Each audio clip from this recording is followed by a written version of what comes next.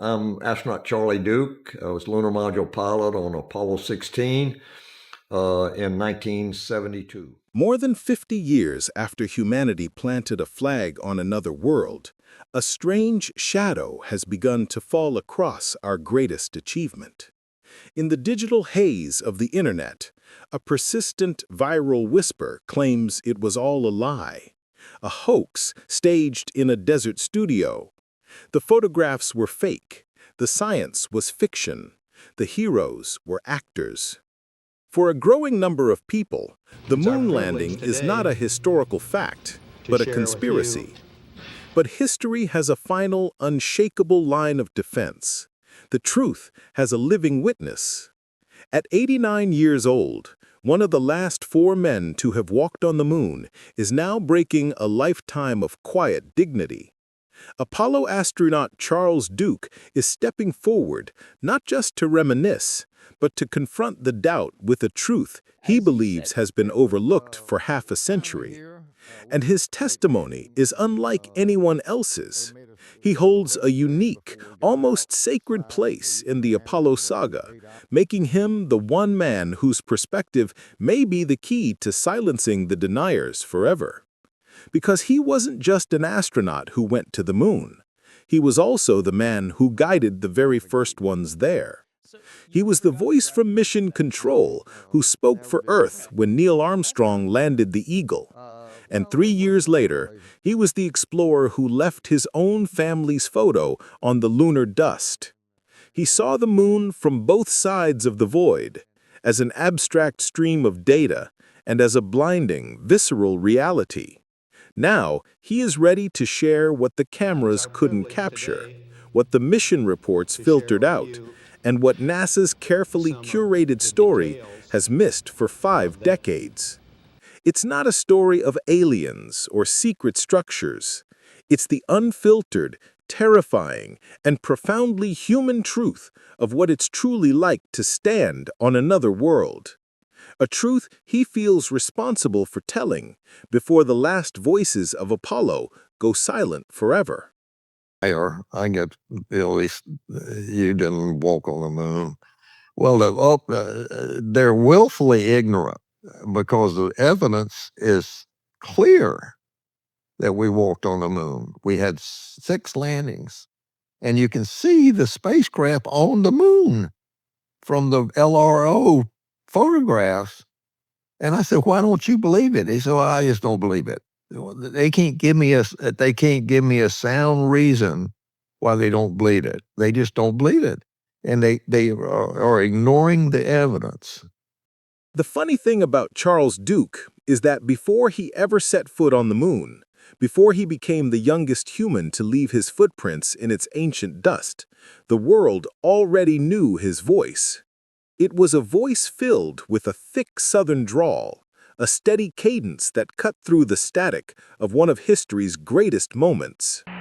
During the nail-biting descent of the Apollo 11 lunar module, as hundreds of millions of people held their breath, Duke was their anchor.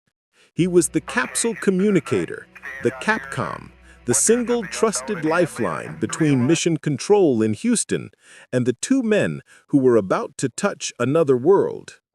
When Neil Armstrong's calm voice announced, "The Eagle has landed," it was Duke who spoke for all of humanity in return. "Roger, Tranquility, we copy you on the ground. You got a bunch of guys about to turn blue. We're breathing again." That single, beautifully human line etched his voice into the permanent record of human achievement. Yet in that moment, Charles Duke was the invisible astronaut.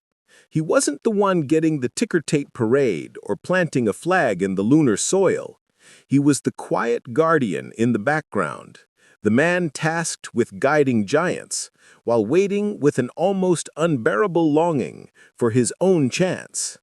That dual role of guide and of aspirant shaped him in ways that few have ever truly appreciated. When you are Capcom for the first moon landing, every word you speak is filtered through the crushing pressure of a billion viewers. Every slip, every hesitation is magnified into a potential disaster. There was absolutely zero room for error, and Duke carried that immense weight, not just as a flight controller, but as a fellow astronaut who understood the stakes in his very bones. When Armstrong and Aldrin finally touched down safely, he shared in their triumph, not as a spectator, but as a crucial participant who had helped land the ship from a quarter of a mile away. But that role came with a strange and profound psychological twist, a duality that would forever color his perception of the moon. Imagine the discipline required to be the calm, steady guide who talks humanity through its greatest leap, while all-knowing you are still irrevocably stuck on the ground. You live and breathe the mission, feeling every lurch of the lander, every spike in the telemetry, but you experience it all from the wrong side of the glass. Duke later admitted that the almost unbearable tension of those moments, of hearing Armstrong describe the magnificent desolation firsthand, never truly left him. He wasn't just a voice, he was a participant who had to cage his deepest, most primal urge, the urge to be there himself. This is precisely what makes his later mission, Apollo 16, so unique. Unlike the other giants of the Apollo era, Duke didn't just carry the memory of having walked on the moon. He carried the double vision of being both earthbound and moonbound. He was the man who had steadied voices trembling in the vast emptiness of space, and later, the man who heard his own voice echoing inside a pressurized helmet on the surface of another world. No other living astronaut has this exact perspective. Duke is the only man who was both the emotional anchor of Apollo 11's triumph and the hands-on explorer of Apollo 16's deep science. His voice from Houston was replayed and recognized across continents. Yet for years, he remained a name few could place to a face, invisible until he wasn't. In recent, more reflective interviews, Duke has finally begun to open up about what that duality truly meant to him. He likened guiding Armstrong and Aldrin to being a father watching his children take their very first steps, a mixture of terror, pride, and distance. When he finally got his own chance to walk on the lunar surface 3 years later, he couldn't help but see it through two sets of eyes. He was seeing firsthand with his own senses what he had once only been able to imagine through grainy video feeds and sterile mission data. That stark contrast between the abstract, controlled environment of mission control and the raw, visceral reality of the lunar surface gave him an insight that nobody else could claim. When he now tells us that we missed something fundamental about the moon, it isn't just another aging astronaut reminiscing. It is a man with two distinct, powerful vantage points, finally stitching them together into a single, cohesive truth. When Charles Duke finally stepped out of the lunar module Orion and onto the Descartes Highlands, he expected to see the moon exactly the way he had prepared for it in thousands of hours of simulations: gray dust, jagged rocks, and an endless, silent emptiness. But what struck him first, with an almost physical force, wasn't the surface beneath his boots. It was the sky, or rather, the profound and total absence of it. Imagine standing outside on the clearest night on Earth, looking up at a canopy of stars. Now, in your mind, strip away those stars. Strip away the faint glow of the Milky Way. Strip away even the subtle, deep blue texture of the night. Above Duke's helmet wasn't just darkness. It was a black so absolute, so perfect, it felt like an abyss, like you could fall into it forever. He has spent decades trying to describe this incredible contrast, the deepest, most velvety black sky he could have ever conceived, set against the almost blinding, unfiltered brightness of the sunlit lunar surface. Photographs, he insists, never came close to capturing it. No camera, not even the state-of-the-art Hasselblads they carried, could balance that extreme dynamic range. The film had to choose. Expose for the bright surface, and the sky would render as a flat, featureless black. Expose for the blackness, and the surface would be a blasted, overexposed white. To the human eye, however, the difference was staggering and ever-present. That initial revelation stuck with him for 50 years. On Earth, our vision constantly adjusts. We see gradients. We see shadows that have soft edges, and a sky that fades into light at the horizon. But on the Moon, the divide was absolute and never softened. Every boulder looked hyper-real, as if etched into reality with a diamond-tipped knife. Every shadow was a gash of pure black, cut like an ink line on white paper. Duke later admitted that people look at the famous Apollo photos and assumed that's the full picture. In truth, the cameras flattened what was an overwhelming, almost terrifying three-dimensional reality. What he saw was an environment that no photograph could ever truly honor. And here is the twist that still surprises people, a detail that shatters one of our most cherished collective memories of the Apollo program. They couldn't even see the Earth. The most iconic image we associate with moonwalking, that beautiful blue marble hanging serenely over a barren curved horizon, was not visible at all from where Apollo 16 landed. The Earth was positioned almost directly overhead.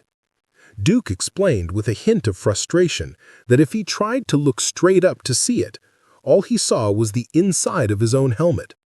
The rigid, life-sustaining design of the Apollo suit physically blocked the very view that most of us imagined would be the emotional highlight of being there. Think about the weight of that. Humanity assumes every moonwalker spent hours staring at Earthrise, overcome by the profound beauty of their home hanging in the void. In reality, for Duke and his commander John Young, it was impossible without craning their bodies backward at a dangerous, unstable angle, an act forbidden by mission protocols. Duke said it bluntly, looking straight up, you were looking at the opaque side of your helmet. The most poetic scene in our shared pop culture history, for him, simply never existed. This is a core reason he is speaking out now. He wants people to understand the unvarnished truth, not the romanticized myth. The moon was not a glossy postcard. It was a brutal, stark, and deeply alien environment, and their experience of it was limited by the very technology that was keeping them alive. The helmet itself narrowed their world into a tunnel. With a field of view like a fishbowl, Duke could see forward but not up or around without the slow, clumsy effort of twisting his entire torso against the stiff, pressurized suit. All peripheral vision was gone. That meant exploring the lunar surface wasn't just awe-inspiring, it was incredibly clumsy and disorienting. He described the constant struggle of trying to survey a high ridge or glance at a rock to his side, fighting a suit that refused to let him turn his head naturally. It wasn't the free, panoramic sweep we see in edited documentaries.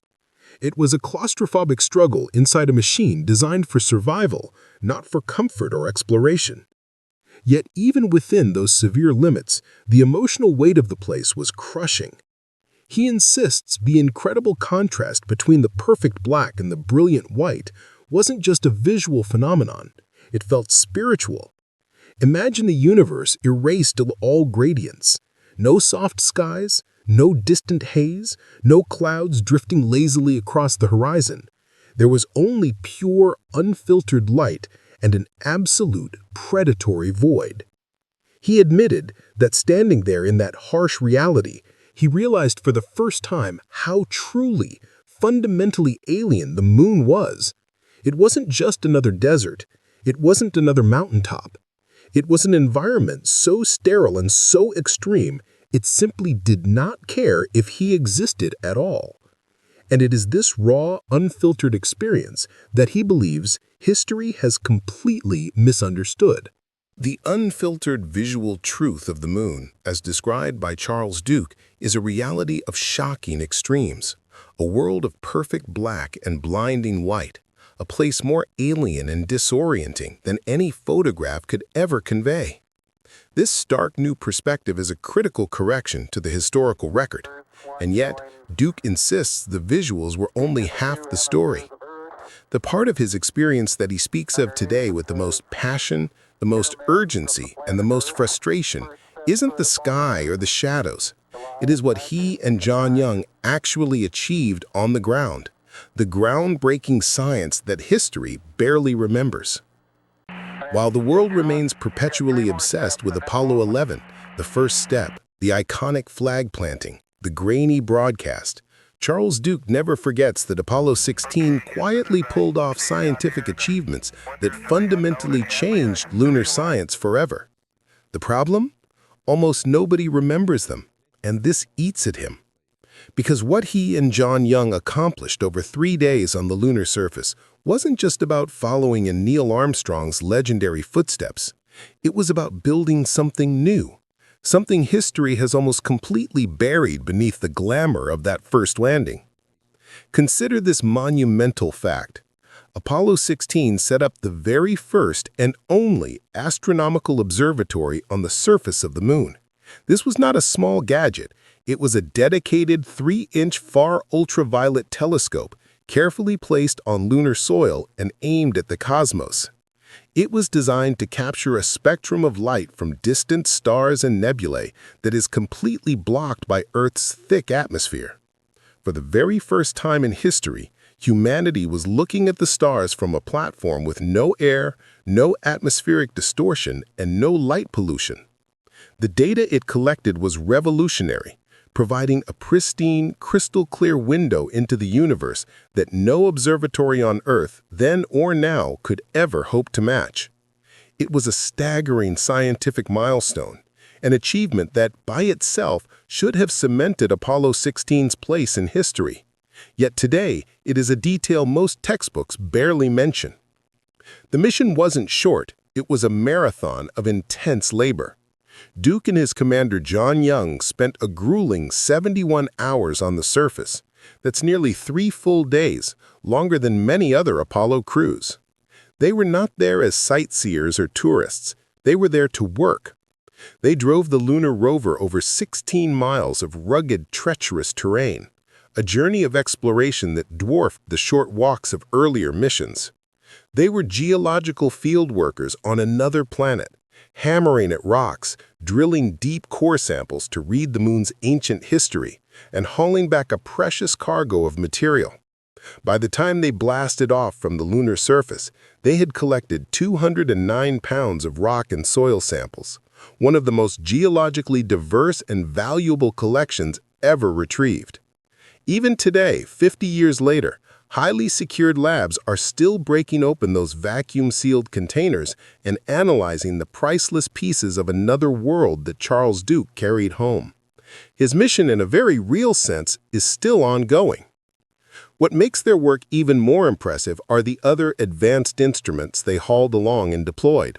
Apollo 16 carried sophisticated X-ray and gamma-ray spectrometers, which they used to map the moon's chemical composition from orbit with unprecedented detail.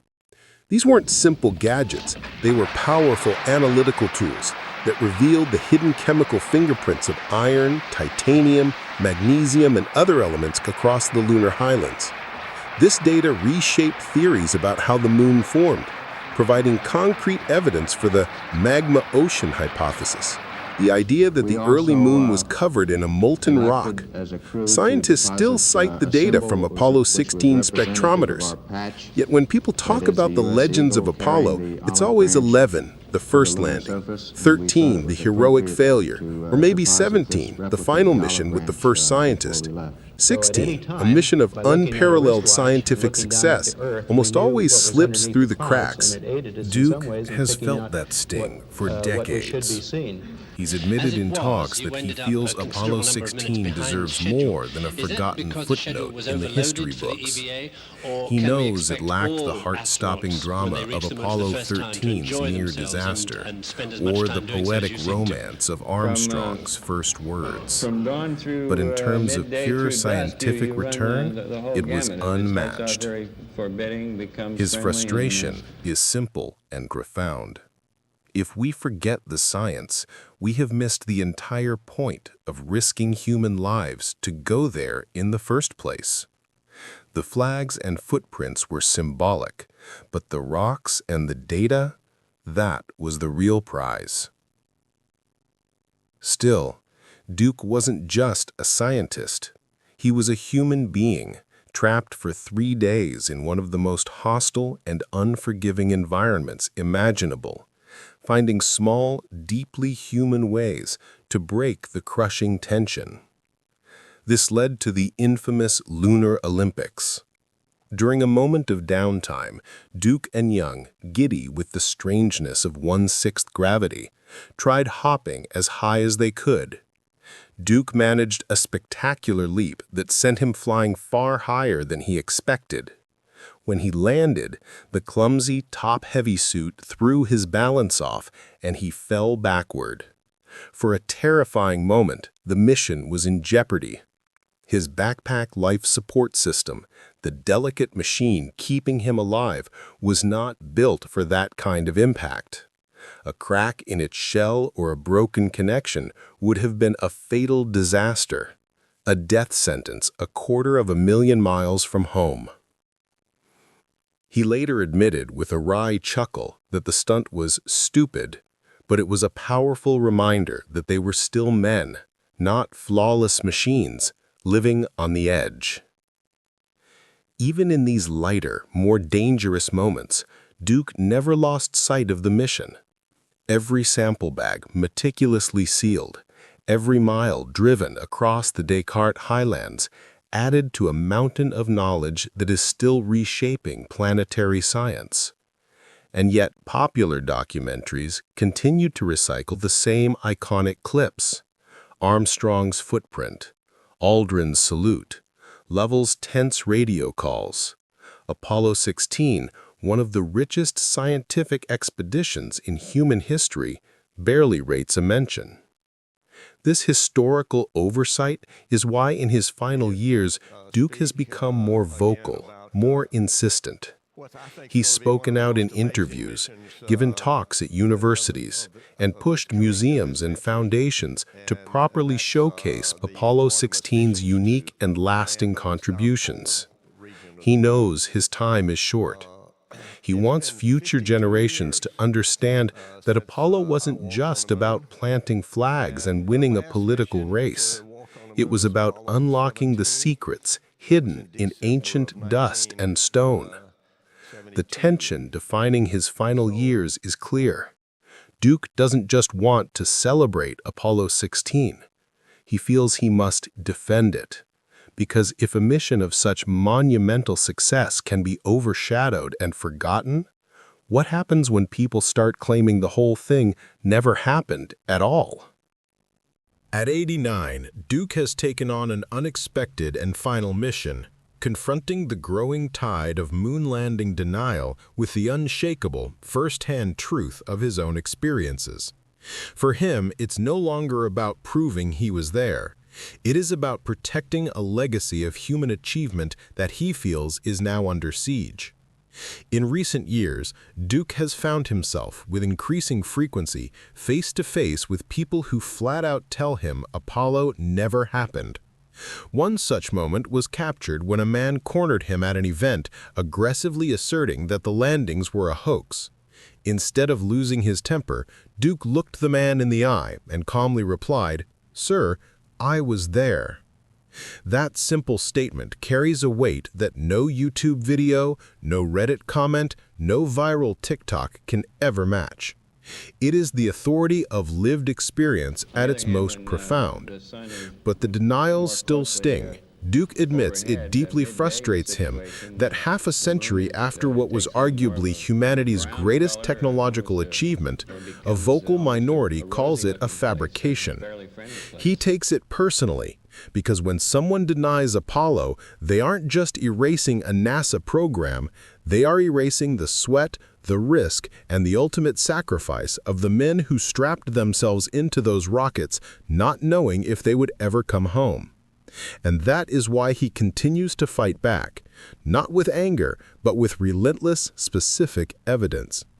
Duke methodically explains the small, undeniable details that only someone who has lived them could possibly know.